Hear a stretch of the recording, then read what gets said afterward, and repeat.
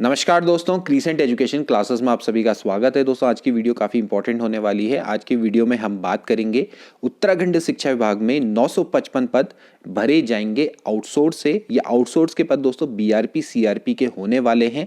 अब ऐसे में काफ़ी अभ्यर्थी ये सवाल पूछते हैं कि सर ये बीआरपी सीआरपी क्या है, इसके बारे में जानेंगे डिटेल में। दोस्तों मैं आपको बता दूं, ये पद पहले प्रतिनियुक्ति के माध्यम से, डेपुटेशन के माध्यम से भरे जाते थे। इसमें केवल जो हमारे उत्तराखंड राज्य सरकार में कार्यरत प्राइमरी टीचर्स, उच्च प्राथमिक शिक्षक और माध्यमिक शिक्षक को ही मौका मिलता था, लेकिन अब ये आउटसोर्स के माध्यम से भरे जाएंगे। तो इसका मतलब यह है कि उत्तराखंड में जितने भी हमारे बेरोजगार छात्र हैं उनको भी इसमें मौका मिल पाएगा।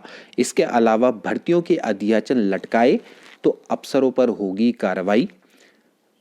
काफ़ी भर्तियों में अध्याचन भेजे गए थे डिपार्टमेंट्स के द्वारा, शासन को भेजा गया, शासन ने उनको यूकेपीएससी भेजा, यूकेपीएससी ने उसमें काफ़ी गलतियां पाई और उनको वापस भेज दिया। अब ऐसे में जो भर्तियों में अध्याचन है उसको लटकाने के लिए अफसर कहीं ना कहीं जिम्मेदार है।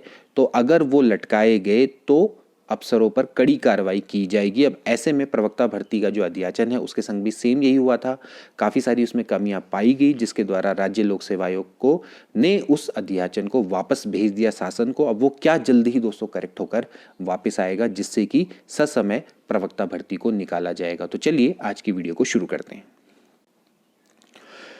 तो दोस्तों आज हम सबसे पहले बात करेंगे शिक्षा विभाग में 955 पद जो कि आउटसोर्स के माध्यम से भरे जाएंगे। ये दोस्तों बीआरपी सीआरपी के पद हैं।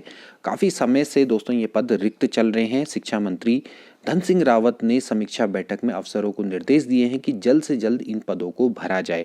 अब देखिए बात करते हैं दोस्तों बीआरपी सीआरपी के आखिरकार ये होता क्या है। बीआरपी का मतलब होता है ब्लॉक संसाधन व्यक्ति, यानी कि ब्लॉक रिसोर्स पर्सन, जबकि सीआरपी का मतलब होता है संकुल संसाधन व्यक्ति, यानी कि क्लस्टर रिसोर्स पर्सन। इसके 955 पद काफ़ी समय से रिक्त चल रहे हैं। इसमें होता क्या था कि जो जितने भी आपके प्राइमरी टीचर्स हैं या फिर उच्च प्राथमिक जो टीचर हैं, पहले तो इन्हीं को दोस्तों डेपुटेशन के आधार पर यहाँ रखा जाता था। बाद में फिर माध्यमिक शिक्षकों को भी यहाँ प्रतिनियुक्ति मिलने लग गई। अब प्रतिनियुक्ति में यहाँ पर आदमी क्यों आना चाहता है, क्योंकि देखिए राजकीय शिक्षक जो भी होते हैं इनको दूर दराज तैनाती मिलती है, तो ये अच्छी जगहों पर इनको पहली बार ज्वाइनिंग मिल जाती है। उसके अलावा जो शिक्षण कार्य है उनसे इनको अलग कर दिया जाता है। ठीक है, अब बीआरपी सीआरपी का काम क्या होता है। देखिए जो हमारे प्रदेश में जैसे केंद्र पोषित योजनाएं चल रही हैं, लाइक समग्र शिक्षा अभियान है, तो उनके अंतर्गत ही दोस्तों बीआरपी और सीआरपी की तैनाती की जाती है। ठीक है ना। अब जैसे बीआरपी होते हैं वो ब्लॉक स्तर पर तैनात होते हैं, जबकि जो सीआरपी होते हैं उनको न्याय पंचायत स्तर पर तैनाती मिलती है। ठीक है ना। तो ये जितने भी प्राथमिक और उच्च प्राथमिक विद्यालय हैं उसमें समग्र शिक्षा अभियान का क्रियान्वयन पर दोस्तों ये नजर रखते हैं कि वो समग्र शिक्षा अभियान किस तरह से कार्य कर रहा है या नहीं कर रहा है। जैसे 1 से लेकर 8वीं कक्षा तक कि क्या मिड डे मील सही से कार्य कर रही नहीं कर रही है, निःशुल्क पाठ्य पुस्तकों का वितरण अच्छे से कार्य कर रहा है नहीं कर रहा है, स्कूल ड्रेस से संबंधित जितनी भी उपलब्धताएं हैं उन पर ये दोस्तों निगरानी रखते हैं। अब इसमें क्या होता है कि जितने भी सरकारी टीचर्स हैं, लाइक प्राइमरी टीचर्स हैं, क्योंकि उनकी ज्वाइनिंग दूर दूर होती हैं, तो वे लोग क्या करते हैं प्रतिनियुक्ति में यहाँ आने के कार्य करते हैं ताकि वे शिक्षण कार्य से दूर हो सकें। और दूसरा क्या है कि उनको एक अच्छी जगह पे नियुक्ति मिल जाती है। तो इसमें काफ़ी सोर्सेज भी दोस्तों लगते थे। अब लेकिन दोस्तों जैसा कि पिछले काफ़ी समय से चला है कि जो शिक्षक हैं शिक्षकों से केवल शिक्षण कार्य करवाए जाएं, उसके अलावा अन्य कोई कार्य न करवाए जाए, तो इसीलिए दोस्तों अब इन पदों को आउटसोर्स के माध्यम से भरा जा रहा है।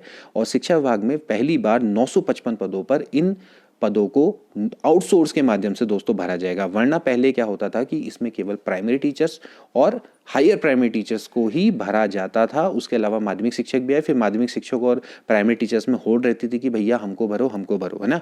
लेकिन अब फिलहाल पे दोस्तों ये विवाद को पूरा का पूरा मतलब वो करते हुए अब केवल और केवल इसमें आउटसोर्स के माध्यम से ही नियुक्ति प्रदान की जाएगी। तो ऐसे में जो उत्तराखंड के बेरोजगार बैठे हुए हैं उन लोगों के लिए बहुत बड़ा मौका निकल के आ रहा है। और जल्द ही दोस्तों अभी इसका शिक्षा विभाग ने मतलब इन्होंने यहाँ पर ड्राफ्ट दिया है कि भैया इसके लिए क्या योग्यता रखी जाएगी। जाएगी, यहाँ सब लिखा गया है। हो सकता है कि दोस्तों इसमें भी आपका वही चीज़ें मांगी जाए जो कि एक आपके प्राइमरी टीचर से मांगी जाती है, ठीक है। तो यहाँ पर दोस्तों यहाँ पर इन्होंने यही लिखा है कि जल्दी ही 955 पदों को आउटसोर्स के माध्यम से भरा जाएगा। इसके लिए एजेंसी का चयन करने के निर्देश दिए गए कि किस एजेंसी के द्वारा इनको भरा जाएगा, और सचिवालय में शिक्षा विभाग की समीक्षा बैठक में इसके निर्देश शिक्षा मंत्री धन सिंह रावत ने इसमें दिए हैं, ठीक है। तो देखिए जल्दी ही दोस्तों इसको भरा जाएगा और जल्दी ही आउटसोर्स एजेंसी का चयन किया जाएगा, और उसके बाद इनके जल्दी ही जो इनकी मतलब एजुकेशनल क्वालिफिकेशन जो भी इनसे मांगी जाएगी उस योग्यता को भी जल्दी ही निर्धारण किया जाएगा। अब दोस्तों हम बात करेंगे भर्तियों के अध्याचन लटकाए तो अफसरों पर होगी कार्रवाई। राज्य लोक सेवा आयोग की ओर से लौटाए गए अध्याचनों पर बिल्कुल सीएम सख्त दिखाई दे रहे हैं, और उन्होंने कहा है कि भैया हर 15वें दिन पे अब होगी समीक्षा। मुख्यमंत्री धामी ने बताया कि अब अध्याचनों को हर 15वें दिन में समीक्षा की जाएगी। अपर मुख्य सचिव मुख्यमंत्री राधा रतूड़ी को यह जिम्मेदारी सौंपी गई है। अध्याचन समय से भेजे जाएं, यह सुनिश्चित किया जाएगा कि किसी भी स्तर पर लापरवाही बर्दाश्त नहीं की जाएगी। तो सरकारी भर्तियों की राह में रोड़ा अटकाने वाले विभाग के अधिकारियों पर सख्त कार्रवाई होगी।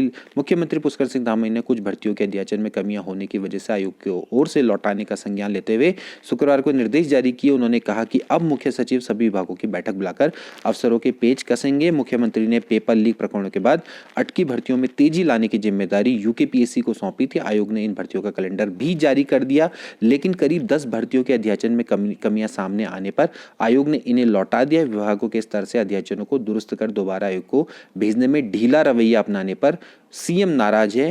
तो उन्होंने विशेष बातचीत में कहा अमर उजाला से कि भाई ऐसे विभाग के अधिकारियों के खिलाफ कार्रवाई होगी जो कि अध्याचनों को जानबूझकर लौटाएंगे। तो देखिए यहाँ पर फाइलों में अटकी 3 भर्तियां, तेरी मेरी फाइल के चक्कर में उत्तराखंड में चल रहे भर्ती अभियान की राह में विभागीय सुस्ती अड़चन पैदा हो रही है। राज्य लोक सेवा आयोग ने भर्ती के अध्याचन लौटाए हुए हैं, लेकिन विभाग इनमें सुधार की तैयारी नहीं है। और राज्य लोक सेवा आयोग वैसे तो कैलेंडर के हिसाब से भर्तियां निकाल रहा है, लेकिन अध्याचन में गड़बड़ियों की वजह से मामला डगमगा रहा है। करीबन जो 10 भर्तियों के अध्याचन कमी होने की वजह से यूकेपीएससी लौटा चुका है, लेकिन विभागों ने इन कमियों को दूर करने में कोई उत्साह नहीं दिखाया। और जो सीएम है उसके सख्त निर्देश के बावजूद हालात यह है कि जनवरी से निकाली जाने वाली पुलिस एसआई अग्निशमन अधिकारी की भर्ती अभी तक शुरू नहीं हो पाई है। और इस महीने निकाली जाने वाली पर्यावरण परीक्षक प्रयोगशाला सहायक 434 पद भी भर्ती भी अध्याचन की कमी दूर न होने की वजह से लटकी हुई है, ठीक है। इसी अलावा मार्च में निकलने वाली मानचित्रकार प्रारूपकार की भर्ती का अध्याचन भी लौटाया गया, लेकिन अभी तक वो लौटकर आयोग के पास वापस नहीं आया। तो आप देख सकते हैं दोस्तों कि फिलहाल इनके जो अध्याचन है इसमें कमियां पाई गई थी और यूकेपीएससी ने इनको वापस भेज दिया था, लेकिन अभी फिलहाल जो अधिकारी हैं या आप कह सकते हैं कि जो विभागों के जो मुख्य अधिकारी हैं उनके द्वारा ढूलमुल रवैया अपनाया जा रहा है, ढीला रवैया अपनाया जा रहा है, जिससे कि अभी तक इन कमियों को दूर करके वापस भेजा नहीं गया है और आयोग ने इनको ऑलरेडी कैलेंडर में अपने मेंशन कर दिया। तो दोस्तों ये तो वो भर्तियां हैं जो कि ऑलरेडी कैलेंडर में मेंशन हो चुकी है। इसी में से एक भर्ती है जिसको कि कैलेंडर में मेंशन नहीं किया गया था।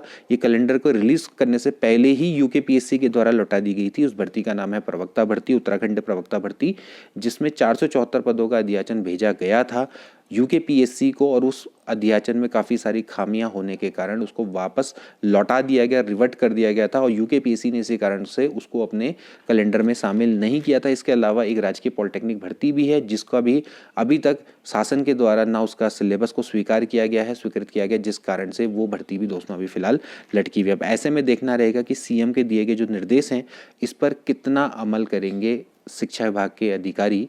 तो और जल्दी ही दोस्तों देखते हैं कि अध्याचन क्या यूकेपीएससी के पास पहुंचेगा और यूकेपीएससी जल्दी ही न्यू वैकेंसी को रिलीज करेगा। तो मिलते हैं अगली वीडियो में। Till then take care and good bye.